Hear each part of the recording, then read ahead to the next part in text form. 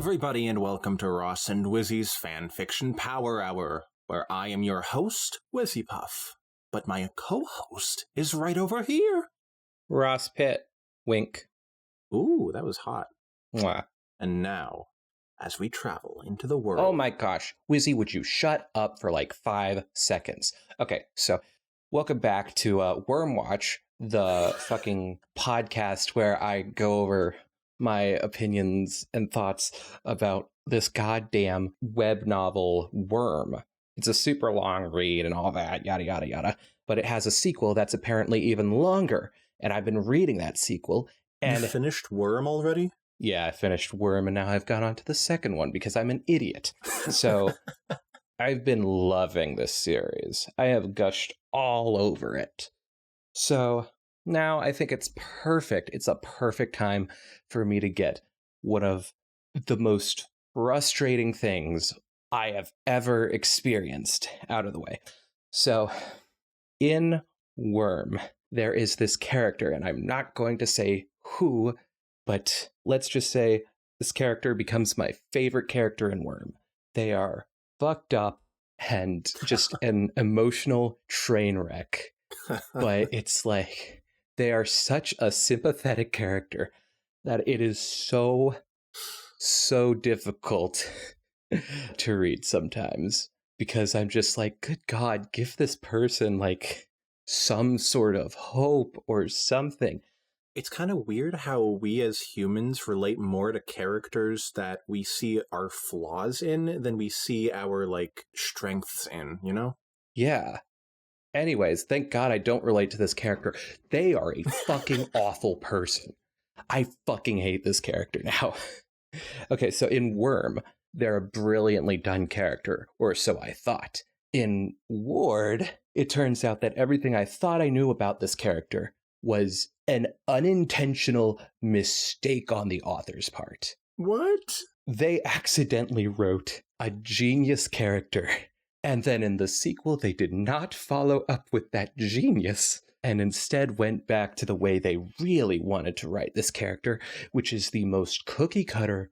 I don't want to say cookie cutter, because technically I don't think they're that much of a cookie cutter, more I guess. Depth than that. But they are just such a fucking awful character. God. Like, as both a person and a character.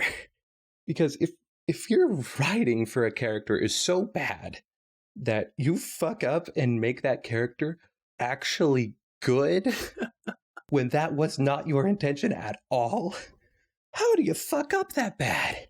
So I was totally spoiled on something that this character did. It would have actually been exactly 1 week ago that I was spoiled on this. Thanks, Reddit user Flare. Apparently, this character did something in Worm that we were supposed to get. Oh. And apparently, not a lot of people got that, including me.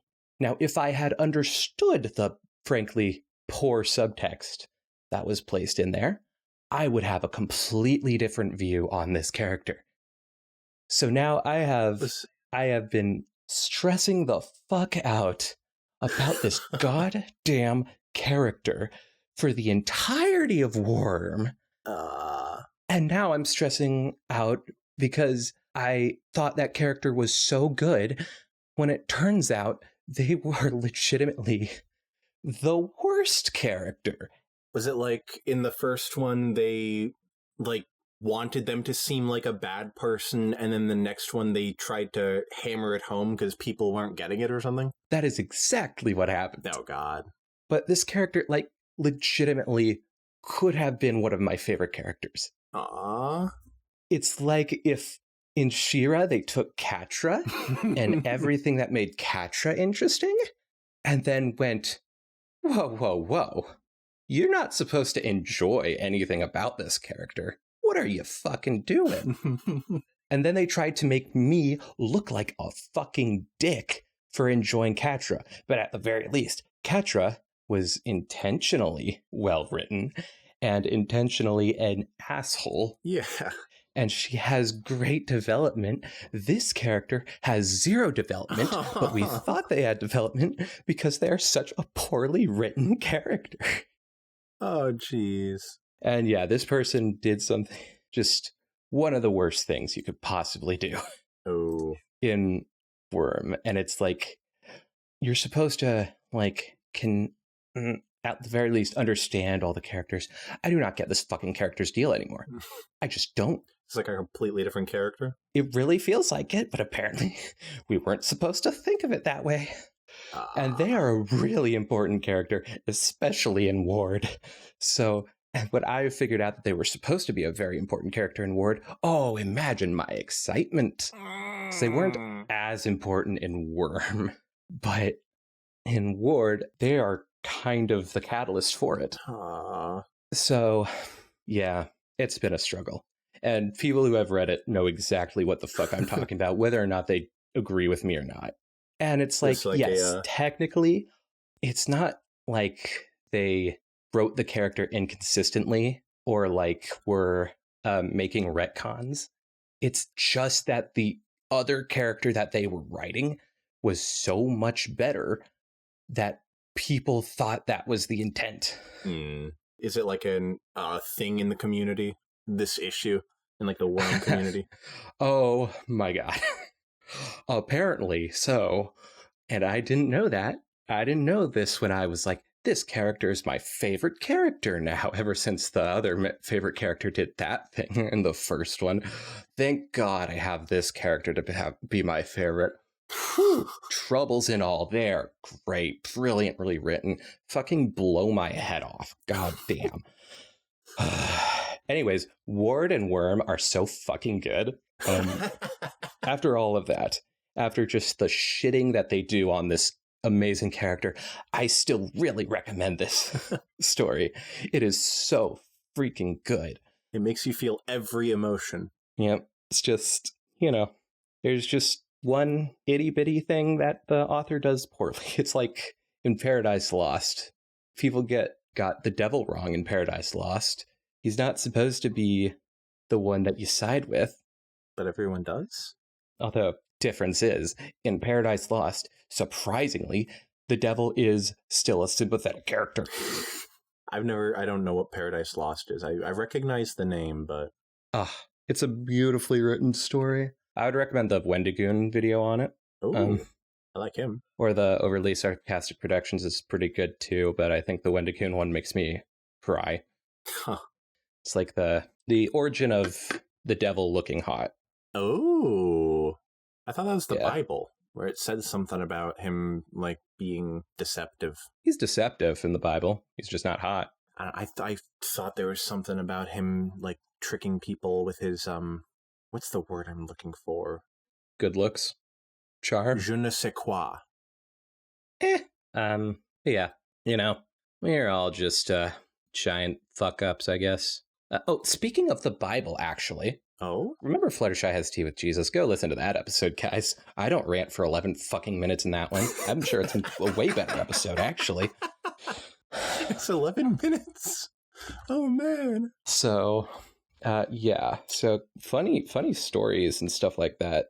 Apparently this guy named Ugly Turnip made, well, it's your turn to read, so I think you should, yeah. Fluttershy shares a purple flurp with Hugh Neutron. That is like the best parody title. I've been eagerly awaiting this one since we did Fluttershy Has Tea with Jesus, and there was that whole like year-long break that we did in the middle of that, so year and a half. Year and 3/4? I'm doing the math in my head, but it doesn't matter. So let's actually read this. Sweet. No more talking about Worm until the next episode when I give you more thoughts about Worm. Fluttershy Shares a Purple Flurp with Hugh Neutron by Ugly Turnip. Chapter 1. I'm fairly certain nothing objectionable happened. Author's note, after not writing anything for like 9 to 10 months, I have finally returned with, well, it's something anyway. Any pony who knew Fluttershy at even a basic level knew that she awoke at sunrise. Part of the reason why she did this was because she simply had to. For it was feeding time for the many animals that she loved and cared for. However, even if such a weighted responsibility did not rest on Fluttershy's shoulders, she still would probably find herself getting up with the dawn. Her property, while certainly not the best in all of Equestria, at least in her very humble opinion, did provide some spectacular views of a golden morning, and the wondrous sounds of unintruded nature sprinkled in with the sight made it even better.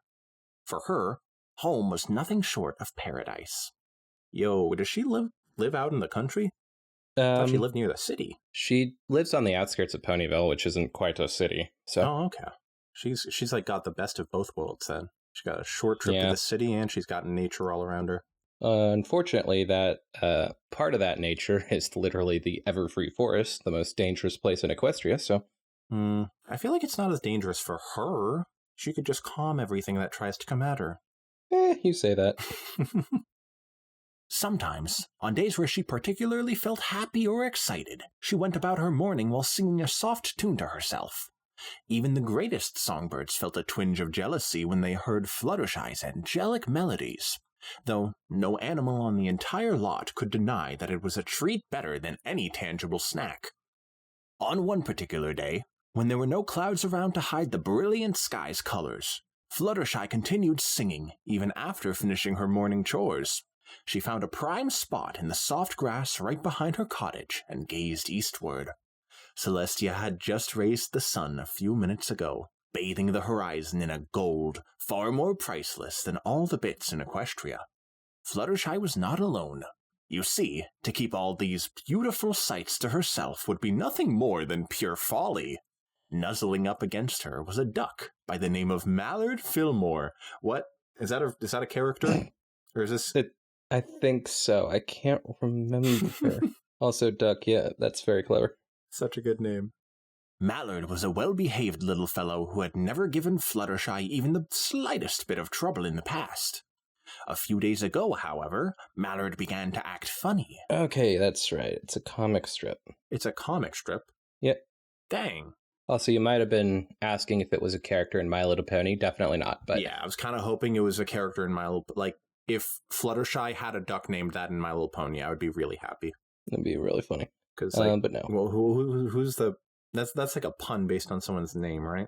I don't know if it's a pun based on anyone else's name. 1 second. Millard Fillmore. Okay. Oh, duh. I'm an idiot. I wasn't sure if that was the name, because I couldn't remember. I remembered Fillmore, and it sounded familiar from Mallard Fillmore. Yeah. It's such a good name. It is. A few days ago, however, Mallard began to act funny. Normally, he was a very social duck, and would happily greet any visitors on the scarce occasion when Fluttershy had them. Lately, however, he had become as shy as his master, as if some pony sucked the self-confidence right out of him. It worried Fluttershy a bit, but she knew neither what had brought this on, nor how she could fix it. As Fluttershy pondered what had gotten into her feathered friend, a flash of pure white light suddenly blinded her. She shrieked in surprise, and Mallard let out a startled quack. The light faded just as quickly as it arrived, however, and Fluttershy eventually managed to open one of her eyes.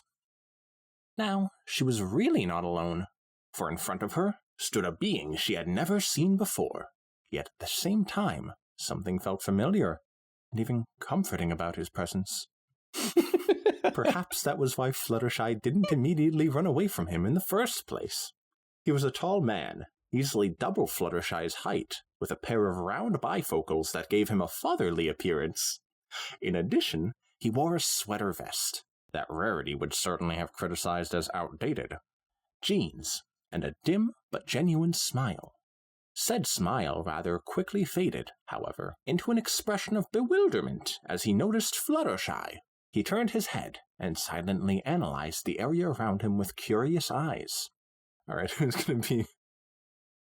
I think I was Jesus, so I should be Hugh. Okay. Jimbo? He called out to the surrounding area. There was no response. Sugar booger? Anyone? Where did the living room go?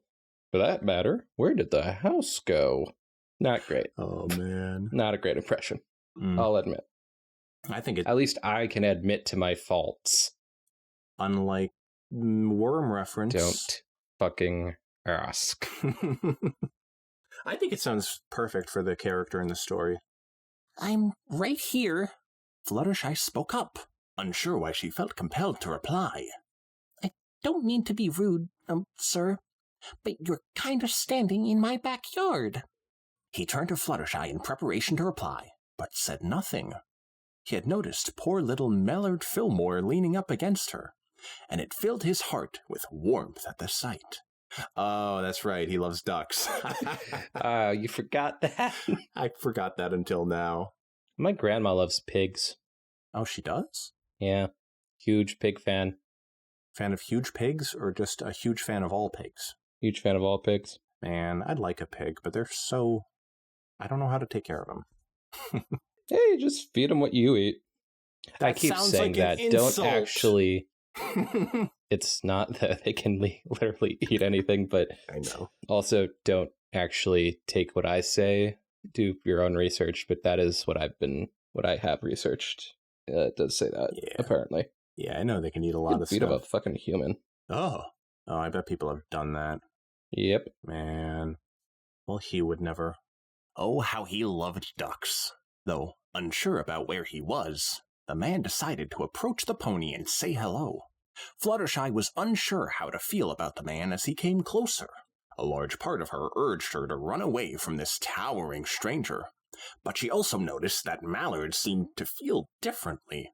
The ducks seemed almost entranced by the man's presence, as if it were destined for them to meet. Unknown to the two of them, they had been visited by none other than Hugh Neutron, father of Jimmy Neutron, an omniversal grandmaster of all things duck. Some would say that this was a strange coincidence. They would be wrong, for Hugh had unknowingly been sent by the fates themselves. But I will not delve any further into that. Hugh plopped down next to Fluttershy and Mallard, and made himself as comfortable as he could on the dew-stained grass. In one hand, Fluttershy noticed that he was holding a purple cylinder that she could not recognize. In the other hand, she caught a glimpse of jet-black rectangular prism that appeared to be some sort of device. Hey there, little yellow pony.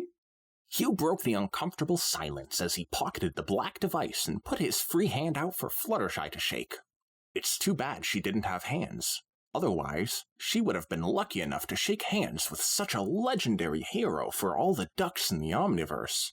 Nevertheless, Hugh realized that she only had hooves anyway, and pulled his hand away. They can do a hoof shake or something, can't they? Yeah. Man. They have done it. Yeah, but I mean, if I were a horse, I probably wouldn't want to touch a human's hand either. True. And hello there, you little quackerjack. He practically cooed at Mallard Fillmore. He responded with a neutral quack. Hello, Fluttershy replied, her shyness getting the best of her once again. What's your name? If you don't mind me asking, that is?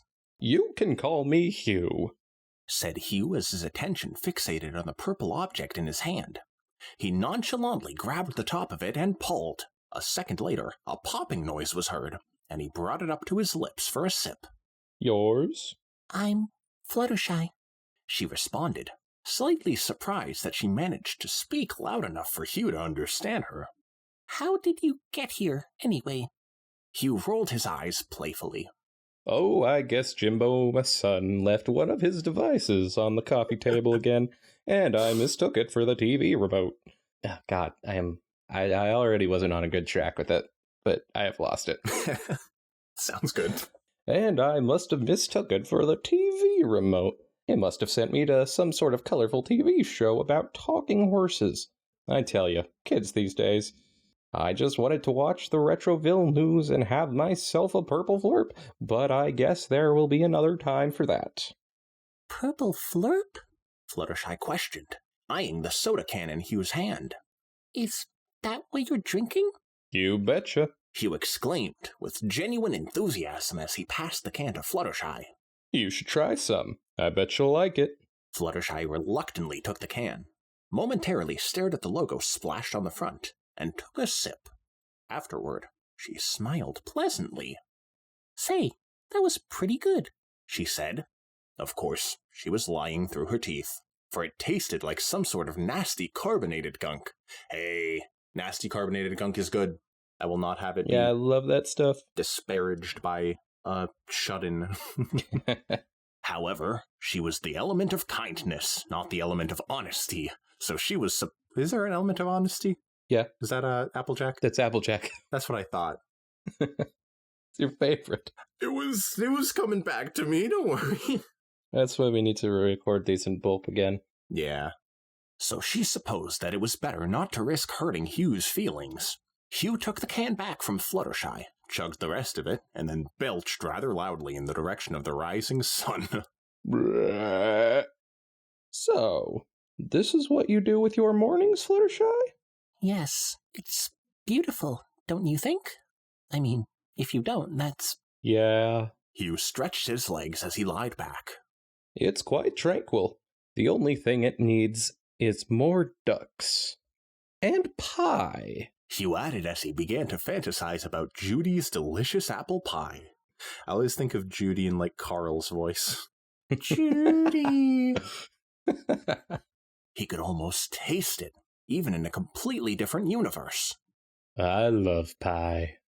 Mallard Fillmore, as if offended by Hugh's suggestion that he wasn't enough duck for the Grandmaster, emitted some sort of combination between a quack and a grunt. Then he lightly pecked at Hugh's pants.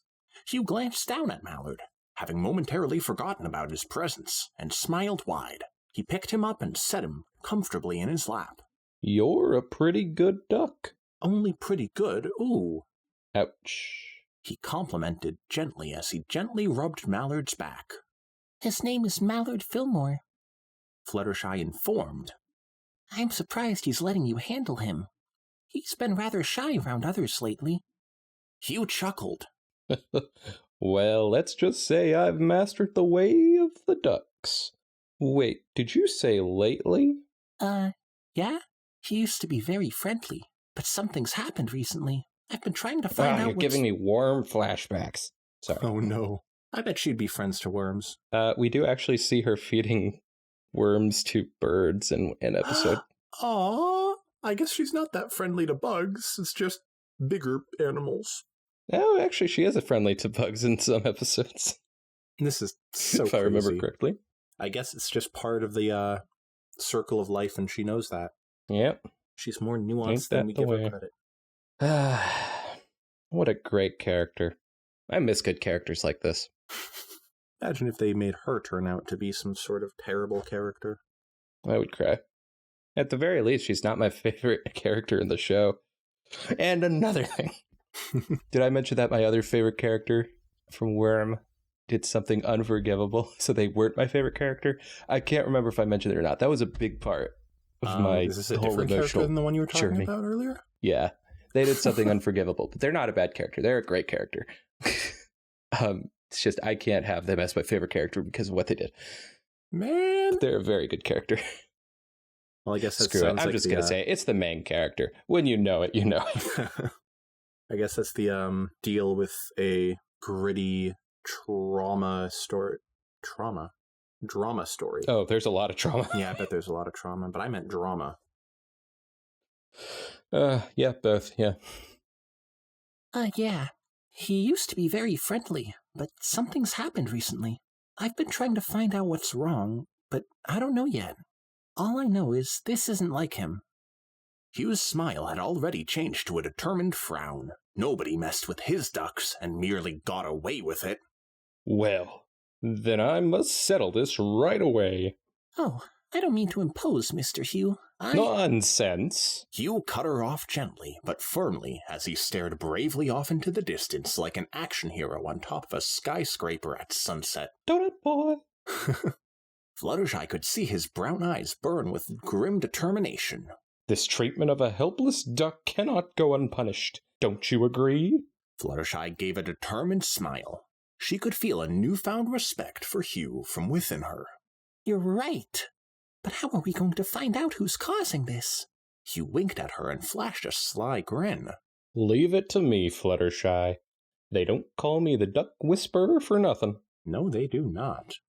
And with that, Hugh bent down and began to quite literally whisper to the duck. Fluttershy heard multiple quacks and some mumbled mms, but could not quite understand their conversation. Finally, Hugh rose to his feet and beckoned Fluttershy to follow him. Come on. Hugh practically commanded. Our culprit isn't far away. And thus, our three heroes trotted, walked, and waddled right to the other side of Fluttershy's house. Hugh led the three of them down to the clear stream that formed the border between Fluttershy's cottage and the outside world. Oh, is that like her property line? Does she, like, live next to a river? Probably. Man, she's got the best of everything. Totally. Right on cue, completely unaware of the situation, a single female duck paddled alone in the water. Hugh Neutron stared her down, a smile on his face. You see, he knew very well when he laid his eyes on Mallard what the problem was. He was not being harassed, but rather the Drake was love-struck. Yo. Our little friend here has a crush on Mallory, Hugh explained to Fluttershy. Of course. Fluttershy replied with an uncharacteristic burst of enthusiasm. You're right. How did I not notice this before? Hugh chuckled, staring dreamily off into the distance. Like I said, I have my way with ducks, he uttered. Go get her, tiger. No, don't send a tiger off to get a duck. That's awful. Don't send a duck off to get a duck. Why not? You seen how they mate? I'd rather be ignorant on this fact, maybe. Oh, man. They drown the other duck. Something close. Actually, very similar to what happens in Worm, actually. Oh, God. So bad. Hugh told Mallard as he bent down and gave him a light pat on the back. She's waiting for you. Mallard hesitated for a minute, but trusted the words of his grandmaster. He found the courage to waddle over to Mallory, joining her in the pool. The two ducks gazed at each other like two shy lovers. It was obvious that the attraction was mutual, but neither made a move. Finally, Mallory made the move, paddling over to Mallard. She nuzzled him. He nuzzled her. Finally, they paddled off together, two souls as one. It made Hugh shed a manly tear. Ah, young love, he muttered, wiping the tear off his eye. It reminds me of the day I first met Judy. Fluttershy gazed at the two literal lovebirds with her own relaxed smile. This morning was the best one she had in a long time, and it was all thanks to Hugh Neutron.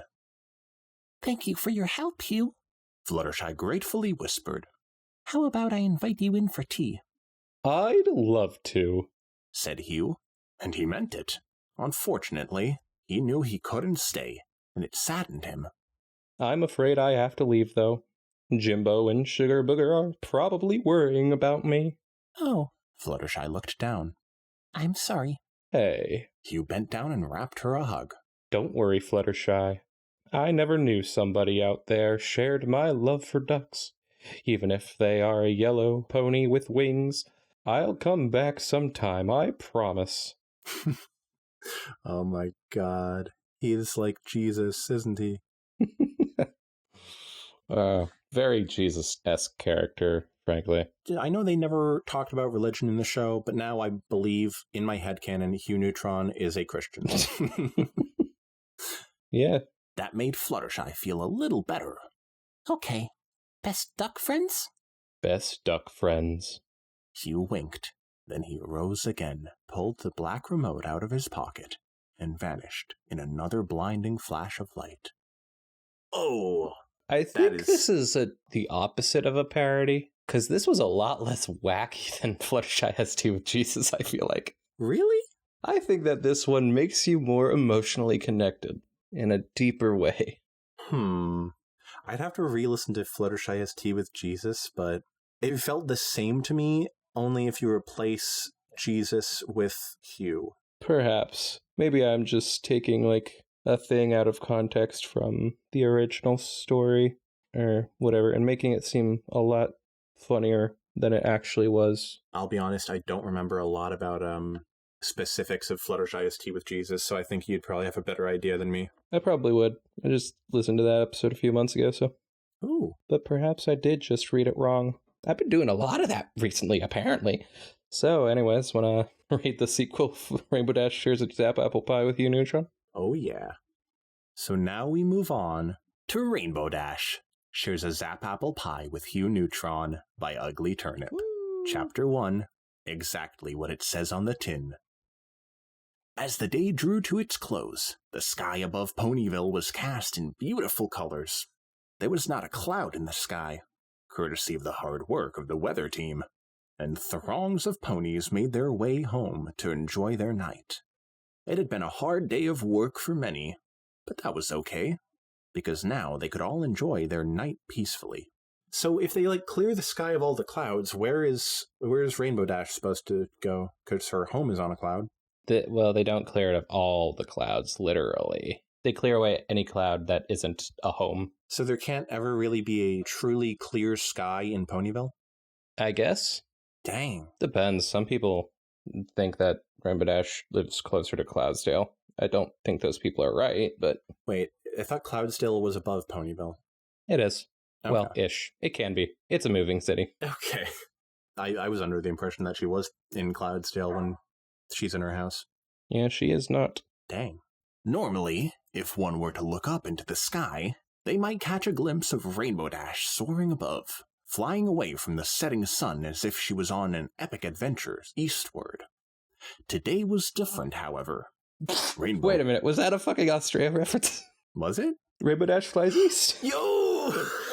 I forgot about that. Oh, so happy that I caught that.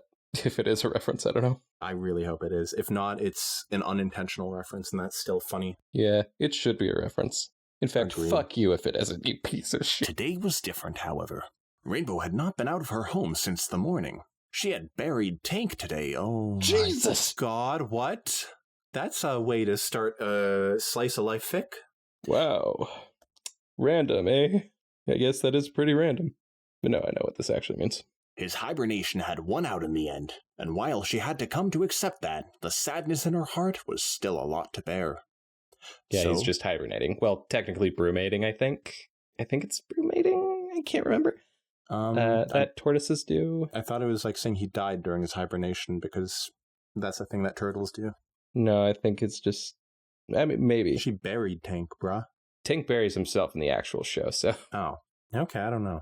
Yeah, I think it's just a reference to one of the best episodes of the show. Yeah, I fucking said it. Tanks for the Memories fucking slaps. Is that an unpopular opinion? It's a controversial episode. Ooh. To be fair, Rainbow Dash is a bit of a shithead, but Rainbow Dash is always a bit of a shithead. I don't care. As a Rainbow Dash fan, I don't fucking care. At least she's a good character. God damn it, I keep going back to it. When you spend a month just getting invested in certain characters, it can be really difficult to come to terms with shit that happens to them. Yeah, that's how it felt like every month watching WWE. They do not like treating anyone well except the top star in that show. Hate that. Might as well just go all the way. Treat nobody well. Have fun with it. But then, sales, tickets, money. Fair point. So she had taken the day off, hoping that a little time to meditate on this would be all she needed. But the day had come and gone, and as the sun set over the town, Rainbow was nowhere closer to her normal self. Her eyes met the tray of Zap apple pie in her lap. Truth be told, she wasn't exactly hungry, but she needed something to take her mind off of the events of today. She had already drank all of the cider in the fridge, and this was all she had left. It was time to make the most of it. Zap apple pies, are those like drugs? It is a special pie that the Apple family makes. Yeah. That it's not a drug. There's some magical bullshit. The Zap apples are only appear once a year. They look like rainbows and bullshit. Rainbow Dash actually does not like pie. Whoa. Yeah, it is revealed in the season of episode Secrets in Pies. I guess that's why she didn't eat this one until now. Yep. Important to note, by the way, yes, Tanks for the Memories is a metaphor for death. It's like she's saying goodbye to Tank forever. But now this is the one problem that I actually do have with the episode, is that I don't think that something like hibernation should be seen as a metaphor for death. It could be seen as something like letting go or something like that. I think if they wanted to talk about death, they could have just had a pet die, you know? Unfortunately, they tried. That's how we got Tanks for the Memories. They tried? I think this might have actually been another fucking show, but from what I recall, the writers wanted to have a pet die, and so that they could talk about death. And Hasbro, they're all like, "Nah, we can't have that happening." That makes me so mad. Yeah, it's like, but I'm glad Tank's alive. So true, but they could have had such a sad scene with him dying, and it would have been writing. mm-hmm. There's like an episode of the Alvin and the Chipmunks cartoon that had like their pet cat died, and it was like really sad. Oh, It was really funny because they're chipmunks who have a pet cat. Comedy gold. But I really like the episode. So Yeah, just a minor nitpick of mine. It's like if you used like a superhero thing to have a metaphor for worm spoilers. I think it's just really insulting. It's just like, why would you do that? I, for some reason, didn't expect you to be going to Worm. I thought you were going to be talking about X-Men. I can only connect other things to fucking Worm now. That is all I could do. Although, thinking about it, Worm is a lot like X-Men. But I mean, I'm assuming not as lighthearted as X-Men, right? Well, X-Men could get into some pretty dark stuff. And actually, in the Ultimate Marvel comics, there's a little something that's interesting. I fucking hate the Ultimate Marvel comics, but it actually reminds me of the character in Worm. Oh my god. Oh god, I'm so pissed off right now. So Tank died. It took Rainbow Dash a few seconds too long to lower her hoof, partly due to absolute confusion, and partly due to embarrassment from such a shriek escaping her lips. When she finally did, however, she found herself making eye contact with what must have been the dorkiest intruder in all of Equestria. He had the complete package: round-eyed glasses that terribly hid oblivious brown eyes, clothes that even Rainbow knew were long out of style, and the most unsuspecting, unconscious half-smile on his face as he stood idly. On a good day, Rainbow might have laughed at him. This was not a good day. And it didn't help that this creature was about twice her size. What the? These are little ponies, man. They are. They're small. Has it shown their size compared to like their Equestria Girls versions? Nope. Mm-hmm. But we can assume that they are about half the size. They're little ponies, keep in mind. Ponies are already small. Littler than horses. Yeah. Though Rainbow was certainly acting irrationally, some small sparks of common sense within her suppressed any desire to chase him away. Instead, she simply stared at him through tear-stained eyes, her expression unwittingly pitiful. The man held a small black remote in his hand, which he eyed with an intrigued, innocent curiosity. For the longest time, all he merely stared at the device, his mind clearly wandering on an aimless adventure. Ultimately, he gave a good-natured chuckle before placing it in his pocket. Then, his eyes caught the sad sack of pony known as Rainbow Dash, and he knew he was back in the land of colorful, talking horses. Judging by the pitiful expression on his face, the man guessed that the fates had once more suddened him in a desperate hour. "Hey, little pony," he greeted, taking a seat on her bed. "Is something the matter?" Rainbow felt like telling him to buzz off and let her be sad in peace. But something about the way he spoke silenced that idea altogether, right? His voice is so good. Despite being a total stranger, his words seemed very genuine, and Rainbow remembered that it was not a good idea to turn friends away when they were trying to help. If you could call this apish stranger a friend, that is. Not so good, Rainbow replied with a sigh. I've had a bad day. Oh, I know how that feels. You know what cheers me up whenever I have a bad day?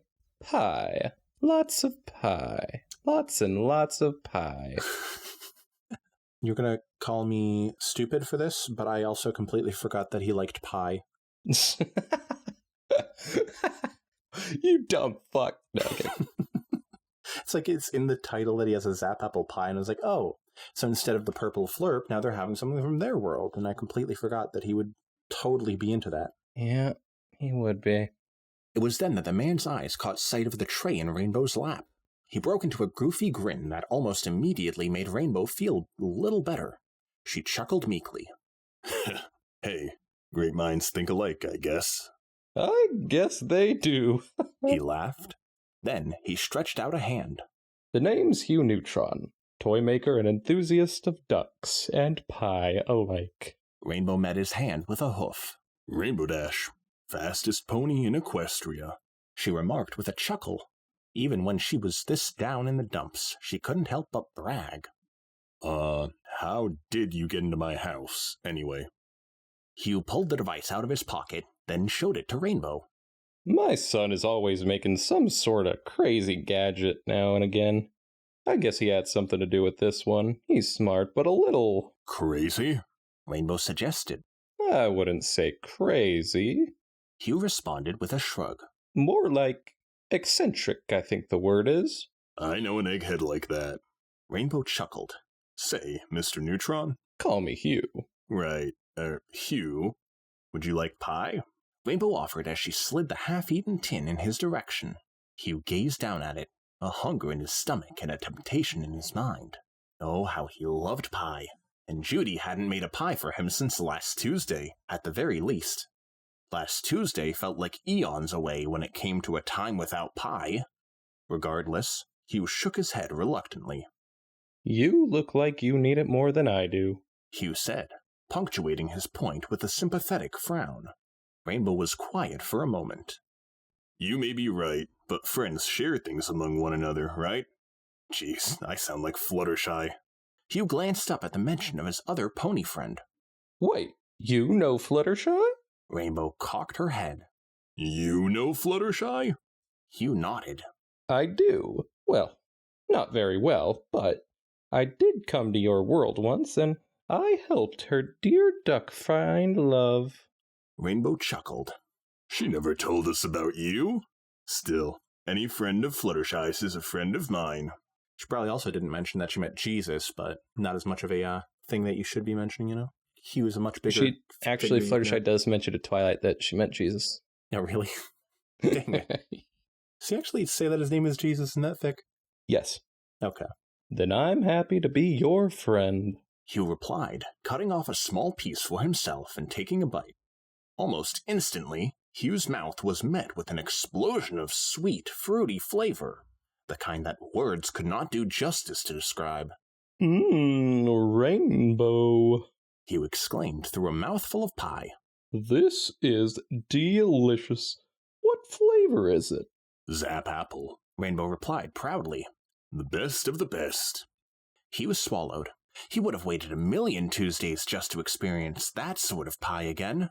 Not to say that Judy's pie wasn't delicious, but this was on a whole new level. Nevertheless, he was far too selfless of a man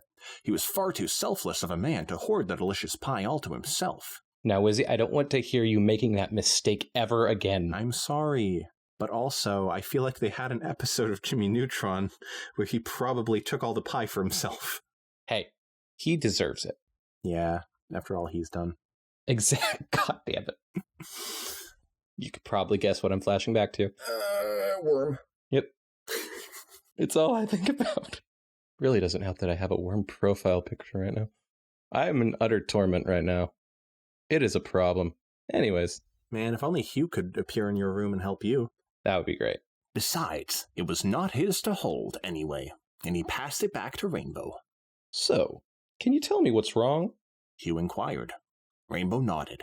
She trusted Hugh, as brief as their friendship may have been. I love this.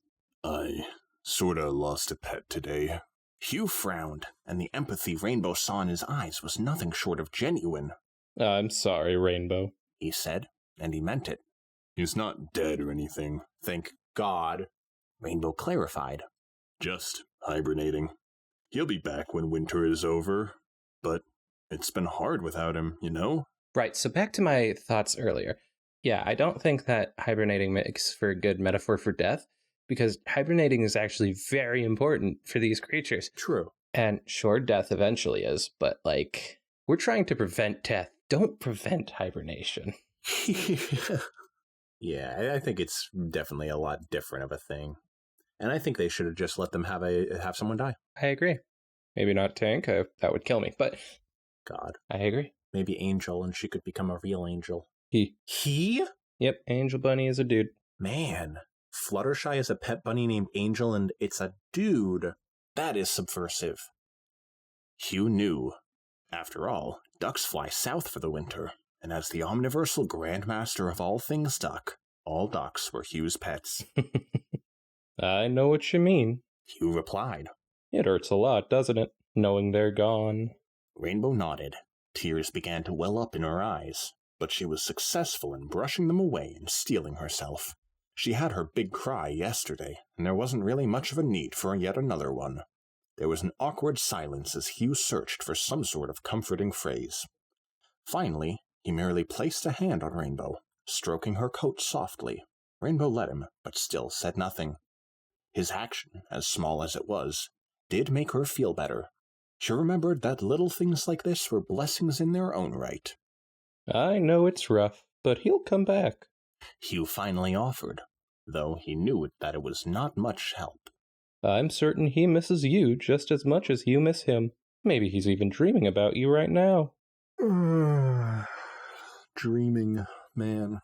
It sounds good right now, frankly. Let's all join Tank. Gosh, hibernating would be awesome. Yeah, but I feel like I would kind of hate not being able to be active for that much of my life. If it, like, stopped me from aging, that would be awesome. I'd rather one or the other. Never having to sleep or having to hibernate. I think that would be nice. Yeah. Either one of those. I could get so much done if I was always awake. But if I was always asleep, that would be like, gosh, how relaxing, man. And as long as it's something like never needing to sleep, because dreaming is kind of an experience I can't give up, you know? Yeah. Rainbow thought about it for a moment, imagining herself in Tank's dream as the two enjoyed a morning flight. She imagined Tank's smile as she maneuvered herself around and around, dancing and diving with the grace befitting a wonderbolt. She grinned as she imagined herself flying, only then remembering how much she loved such an activity. It then occurred to her that she hadn't gone for a leisurely flight all day. That was unlike her. Tank wouldn't want her to spend all day like this. That would be totally lame. How do animals interpret dreams? I bet it's like us. Like, I don't think they would think that happened. Perhaps they just forget about dreams, like, immediately. I don't know. Oh. I know humans do that frequently, so I wonder if it's even more of a thing for dogs and turtles and whatnot. Probably. Though let's be clear here. Tank is a tortoise. Yeah, I call tortoises turtles. I'm still 6. But if only Tank could be a Koopa Troopa so he could fly with Rainbow Dash. That would be lovely. That's a Mario reference for all you Nintendo gamers out there. He does get like a little propeller that lets him fly. Oh my god, that's actually adorable. It is. It's so cute. Picturing like a propeller beanie on top of his shell. That's kind of what it is. Nice. I shouldn't coop myself in my room. Rainbow thought out loud. I should get back to doing what I love. Flying. Hugh smiled, patting her on the back. That's the spirit, Rainbow. Rainbow shrugged. Hey, thanks for helping me out. Just talking to me and all that. I can see why Fluttershy likes you. Oh, she didn't actually like him. That's the big twist. Dun dun. Hugh chuckled. It's nothing, really. Go out there and enjoy yourself. Feeling a newfound invigoration within her, Rainbow rose from the bed and threw off her bathrobe. She stretched her wings, shook off the last bit of sadness from her mind, and began to trot at a brisk pace out of the room. Just before she left, however, she poked her head back in. You can have the rest of the pie, by the way, she offered. Hugh gasped in joyous surprise, snatched the pie, and followed her out. He met her outside, where she was crouched and ready to launch. It may have been a little late to start flying, but the sun was still poking out halfway over the horizon. With all the energy built up from a lazy day, she threw herself in the air, rocketing off at a daring speed. She felt the air kiss her coat, mere sensation reminding her of the joys of life. Far away, Hugh watched contentedly as he ate another slice of Zap apple pie.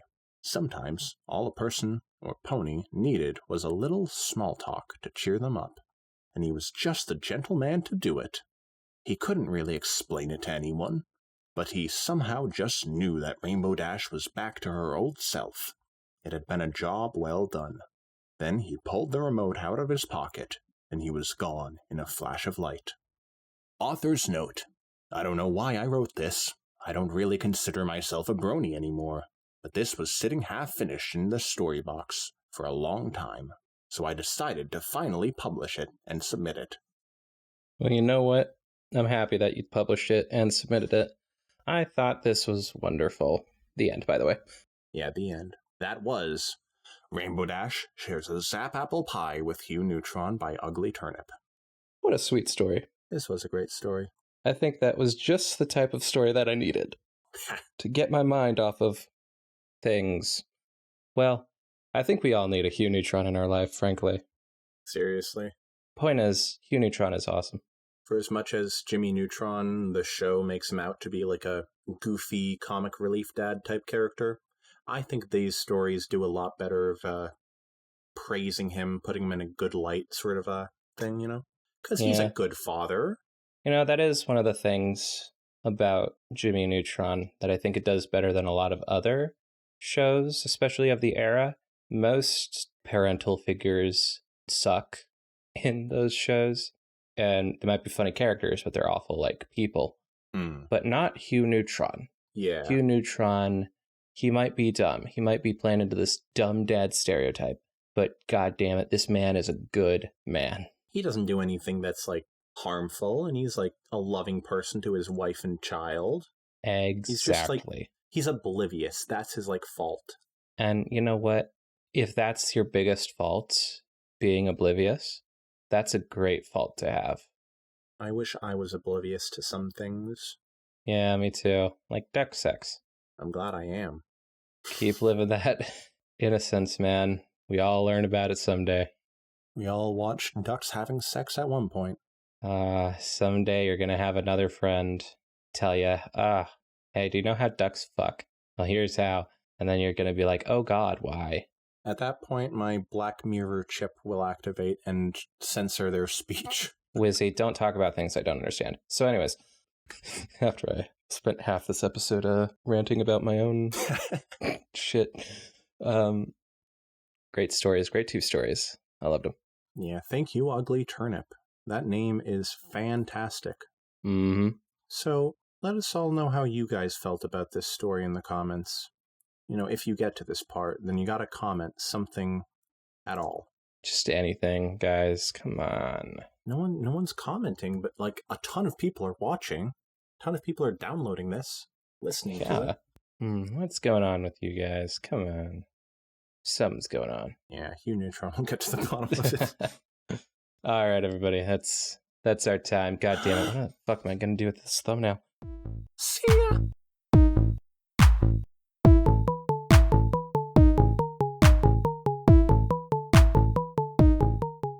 And I think it should be clear for everybody out there. Like, I think it's on me. I really do think it's on me that I just viewed this character in such a high regard. So there were other characters. I don't know what specifically it was about this character that I actually loved so much, but there was just something so interesting about them. But then it goes and fucks it up. And it's like, I know it wasn't a retcon, but it's still so not good. I don't know, man. I don't know. Jesus. I cannot rationalize this fucking character in my head. And they were the character where I was like, oh, I fucking get this character. Like, through and through, this character is the most understandable character of all time. Like, everything makes so much sense. They're dumb, but I get it. Like, I get exactly why this is happening. Even if it's like the worst thing you could possibly do. But then the sequel fucks it up. I don't know. I don't know. I don't hate Wildbow or anything. He's a fantastic author. I just think he seems so unabashedly hateful for this character that a lot of people really liked, apparently. Including me. And it's not just for the fan fictions that were apparently looming around in the fandom. Like, I never read a worm fan fiction in my life. And now I really don't want to, because apparently that's just going to give me, like, what could have been vibes. It's like imagining you're going to get, like, a Terra from the 2000 whatever show, Teen Titans, you know? But instead you get Terra from the comics. Still a good character from a certain angle, but a worse and frankly just not as good character. And Terra from the comics is well written at the very least. This fucking character. Fuck this character. God, I'm so pissed off right now. And I like a good retextualizing of a character. The problem comes when... I don't know what I'm saying, man. It's like... it really taints it. Like, it taints it with just something so much worse. And maybe it'll be good. I truly do not know. Truly, I do not know if it'll be good. But, like, I just can't reconcile that, man. I cannot reconcile this really interesting character just being thrown to the goddamn wolves, man. Fuck. Yeah, I'm still going. Like, I don't think that it was okay for the author to do this. Like, to the other character in the context. Because, to either of the characters in the context, frankly.